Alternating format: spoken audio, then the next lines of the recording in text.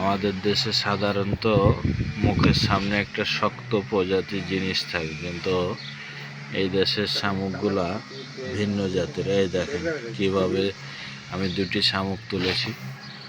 হ্যাঁ, দুটির ভিতর থেকে কেমন বেরিয়ে আসতেছে।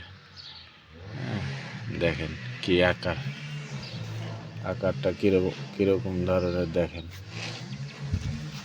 এই টোকা দিলে বুঝবেন। এই দেখেন,